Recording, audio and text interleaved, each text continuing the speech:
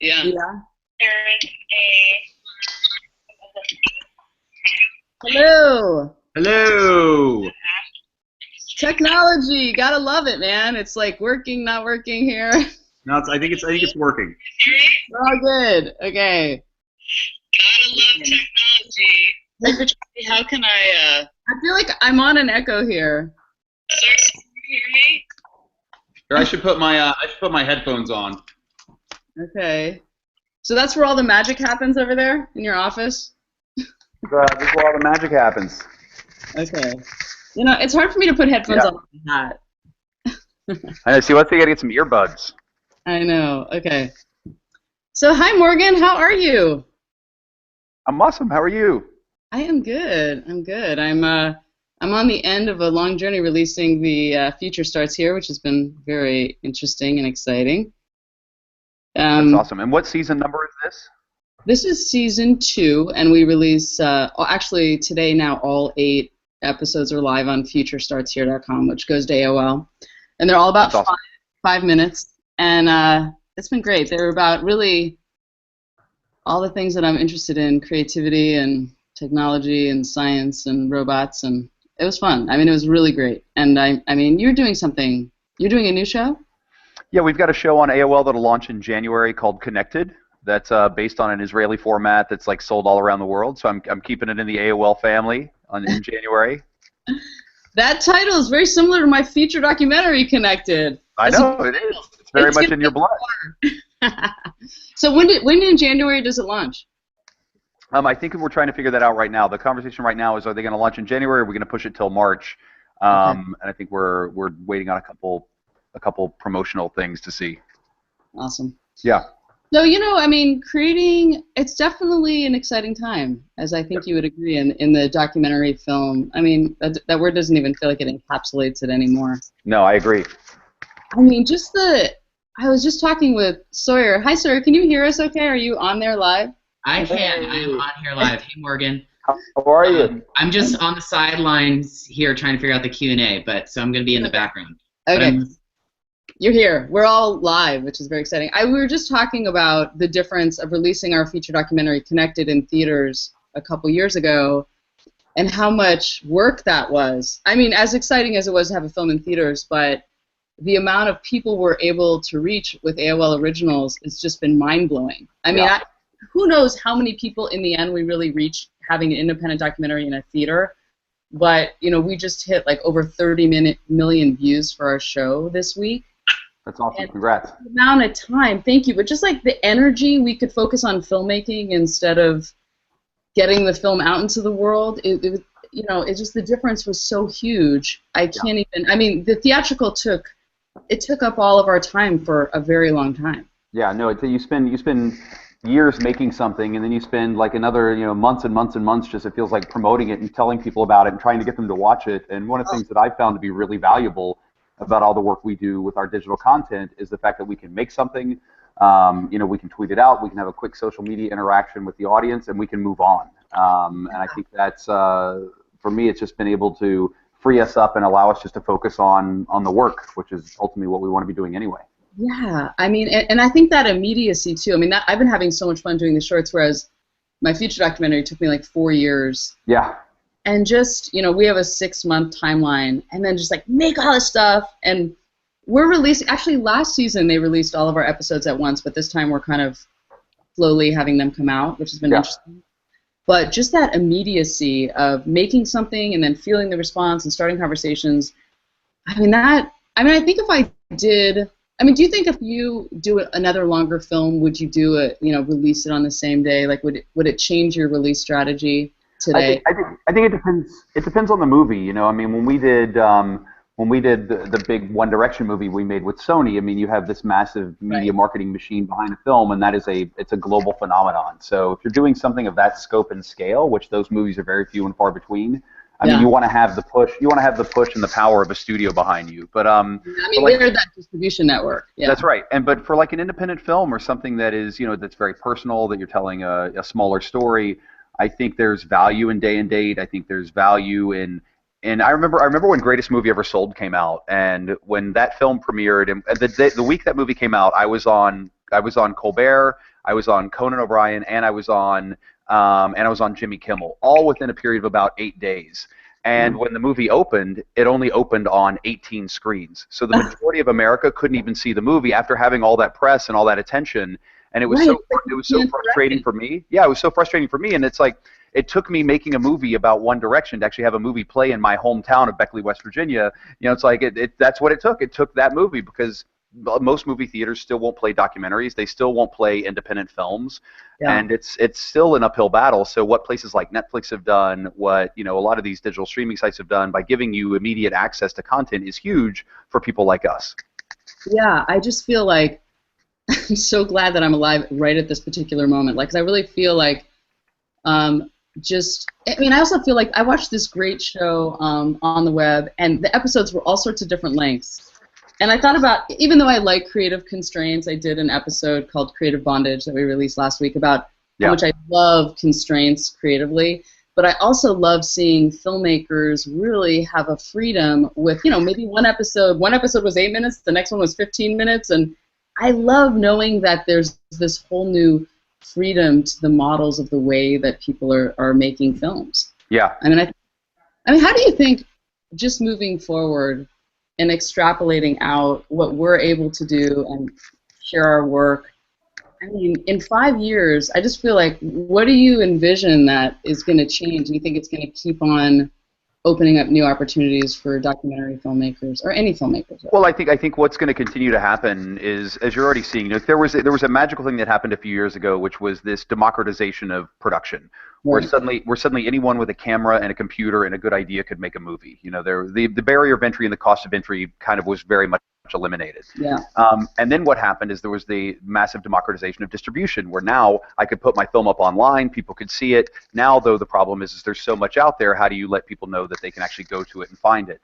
So for me, I think the next step will be is people with audiences, or people who are already content creators like yourself or like myself, will be able to create content that we can take directly to the people who want to see it. Whether that be through a subscription model or a direct sales model, whether people like doc filmmakers or indie filmmakers will be aggregated into a certain place where here's people who create original content are housing their stuff, where I can go have a longer viewing experience, almost like in a Netflix model.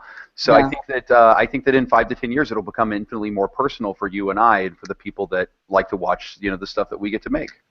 Well, and also I think I'm watching so much more. I mean, the whole notion of a web series or a film series, I'm watching so much of, television on the internet and vice versa. And it feels like the word in front of series, like, it's just a screen series, basically. Like, however you want to watch it, you're going to... Yeah, it's just gonna be content, And in 5 years, the idea of the separation of the pipe will be gone. You will go to a movie theater to watch movies. You will watch them on the device that's in your house, whether you still call that a television, which most of us, you and I, still will, because we'll be old. Or you watch it on whatever your device is, whether that be your computer, your iPad, your tablet, your phone. You'll continue to consume content everywhere, and it'll all be delivered just through one pipe, and that's it. Yeah, and sorry, I just saw you pop on. Are you? Is it time to take some questions? Question from somebody related to that is, how do all these shifts? How is that going to change the actual content that you're making or filmmakers are making? Is there going to be? Well, it's interesting. Sawyer and I, our favorite day of the week is we get to see the numbers report, which because you never could see the film before. But it's exciting to see which episodes people are watching more and. It's not like it's going to influence, like, you're catering to that, but it is exciting to have that immediate response to the audience, because film is so expensive, and to be able to make something and know that it's being received, I think we really enjoy that. I mean, that's what all those rough cut screenings and seeing what people respond to in the back of the theater when you show film is amazing. Yeah, and I think the biggest thing, too, is it just provides more opportunity. As a filmmaker, there are stories that I want to tell that are meant to be 90 minutes, or longer in a feature-length film. There's stories that I want to tell that should be 40 minutes, 45 minutes for television. There's ones that should be 22 minutes that are made for a half hour, and then there's ones that should be 3 to 5 minutes or 7 minutes long. So I think that what is happening now is there is more and more of a marketplace being created where whatever story you want to tell or whatever you want to make will be able to not only find an audience, but find a place where you can actually get that distributed. Yeah. Yeah, I mean, and that is an interesting thing. I mean, we've been really we have a new project brewing, and at first we're like, oh, it's going to be a feature-length film, and it's going to weave together all of our other ones. But then we were talking like, does it need to be that? Like, what is the real goal with it, and what length does it need to be? Because I remember there was one film that was a really strong 60-minute film, but I knew it wouldn't be called a feature unless it was an 80-minute film. Yeah. So, like, I think things are going to become more their natural shape and time, Yeah. which is not as different in the market. Yeah, and I think you'll be able to continue to explore new ways of storytelling. Like we just did this amazing project with Paul Allen called We the Economy, where we did these 20 short films, each one about a different aspect of the economy, and we got people like Adam McKay and Barbara Koppel and Catherine Hardwicke, who directed Twilight, each to make one of these films. And the original idea when we first sat down with Paul and his production company was they were like, we want to make a feature film. And I was like, listen, nobody, first off, maybe not nobody, but very few people are going to want to watch a feature film about the economy. There's not going to want to. You have to so want to watch a film about the economy to watch a feature film about the economy. But if I tell you I'm going to make a 3 to 8 minute film directed by Adam McKay that's going to talk about, income inequality or job inequality, and it's going to have Sarah Silverman in it and Amy Poehler and Maya Rudolph, suddenly you go, oh, well, I would watch that. It becomes a very different kind of offering. And I think that those types of ideas or those types of opportunities are really exciting. Yeah, and one of my favorite, because all of our subjects, I mean, we have really complicated subjects that we will drill down into 5 minutes. Yeah. And I always think of Mark Twain. One of my favorite quotes by him is he said, "I'm so sorry I wrote you such a long letter. If I had a lot more time, I would have written you a much shorter letter." Yeah. Like, to construct something really tight about something really complicated is like my favorite thing to do. Yeah, it's a great exercise. Yeah. But I think that's a really good point, and I'm glad you convinced him that because I've been watching them with my daughter. Oh, awesome. About money. Yeah, right? my little boy loves it. My little boy loves watching them as well, and he's 8 years old. So, because he says to me in the morning, he goes, "Daddy, can we watch some We the Economy movies?" And I was like, "Look at my kid wanting to watch movies about economics. Look at that." Sorry, do we have other questions? Yes. So here's a question from the audience is, of course, there's so many fewer barriers now for filmmakers to get into filmmaking. How did you both get into filmmaking? How did we get into filmmaking? Yeah. Well, I was supposed to be a doctor, so that was my path. All three of us, my brother and sister, are all supposed to be surgeons. But we always went to the movies every Sunday. That was our device to talk about the big issues of the world, and loved it. And then when I went to UC Berkeley, took a lot of science, but then I took this one film history class, and I had this amazing professor who talked about how film was like changing the world and changing culture. And I was like, that's what I'm going to do. So that was quite a big fight with my parents, and they didn't have film production at Berkeley.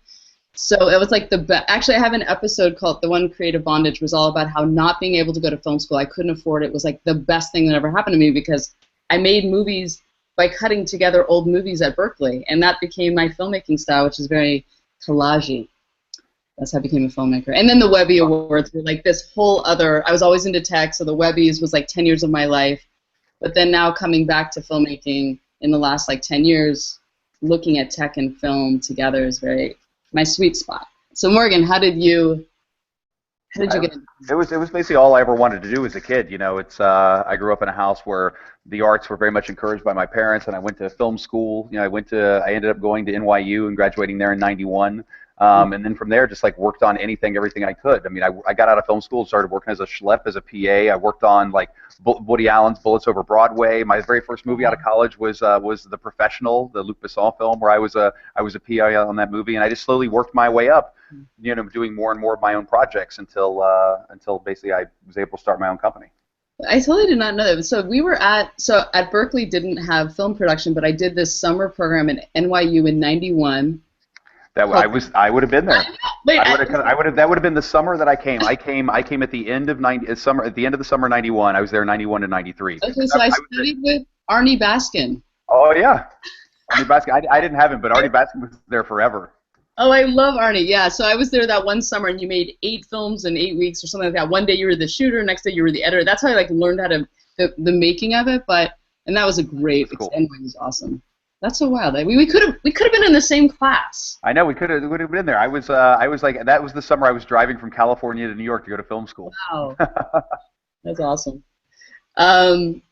Sawyer. Anyone else? Another question. This is for Morgan. You have lots of projects out there that people can look at right now. What's the next project that we don't know about yet that you're most excited about? Well, we just announced a new movie that's going to be coming out called Rats, which I'm pretty excited about. This is like going to be a big kind of it's almost like a scary doc. I always want to make like a horror doc, like a horror film, this documentary. Yeah, so it's all about like rats and the rat population in New York City, where we're going to take you down inside rat nests, and it's going to be creepy. It's going to make your skin crawl, and it's like I describe it as like Paranormal Activity meets Willard. So it's going to be a little combination between those two. It should be awesome. Your son is going to love that. He's got to be a PA on that film. Yeah, exactly. My kid already said, he goes, "Daddy, you should take me to work more." I know. I love. I go into once a semester. I go in and do films with my daughter's classes. It's so much fun. Yeah. Sawyer, how are we? We're good. Maybe just two more questions, quick ones. Tiffany, what takeaways do you hope audiences get from watching The Future Starts Here?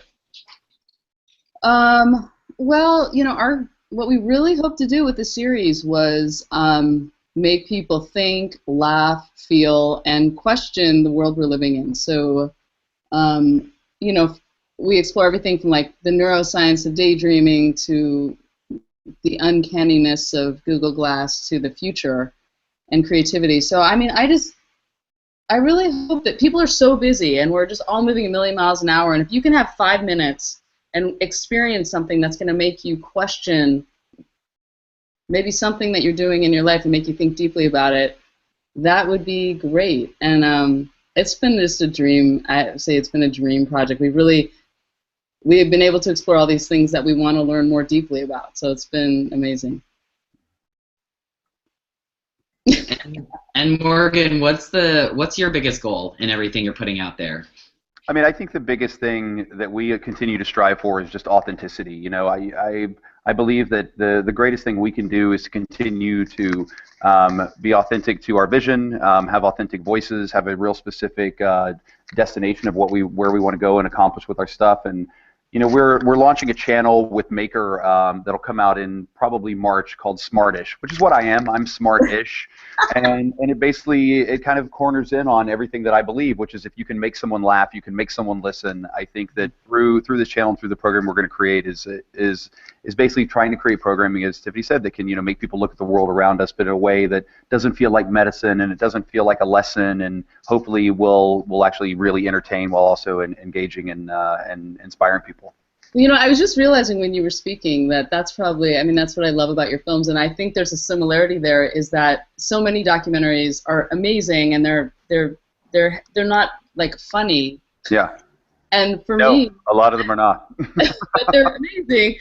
But Yeah. I've always felt the first one that my first film at Sundance was about reproductive choice, and I was like, I'm gonna make a film that's funny about reproductive choice, and they're like, yeah, good luck with that. Yeah, exactly. People feel like they know so much about issues, and like people talking about reproductive choice, everyone's got their arms crossed, but when you make them laugh, it's like their whole body opens up, and then you can go in and give them a new idea to wrestle with. So I feel like you and I have a kinship on the humor to the big ideas. So I really appreciate that in your work. Oh, thank you. Yeah, I'm a real believer in the entertainment business. You should always look to entertain first with whatever you're making. Yes, I think that's a super note too. Are we at our time? We're pretty much at the time. I was just wondering if you two have any questions for each other, Morgan and Tiffany. Yeah, I got a question. Are they gonna let you do a third season? Is that already happening? Do you know? Who's listening right now? Let's just say that the show's doing very well. We're all very happy with the show. So yeah. I think good things will continue to come from. It was such a great. I got called out of the blue like last year. Like, we want you to do a show about anything you want to do it on, and I was like, well, we're busy. We're making a documentary. Yeah. And the whole thing has just been. They've been so great to work with, and I love the the AOL originals, and just basically so many of my friends are being given the chance to create whatever they want without a lot of notes. That's great. I'm all for that. Yeah, I'm all for creative freedom. Freedom! Woohoo! Okay, thank you, Morgan. Thank you, Thank you, Sawyer. Tiffany. Thank you, everyone listening. Bye-bye. Thanks, guys. Bye-bye.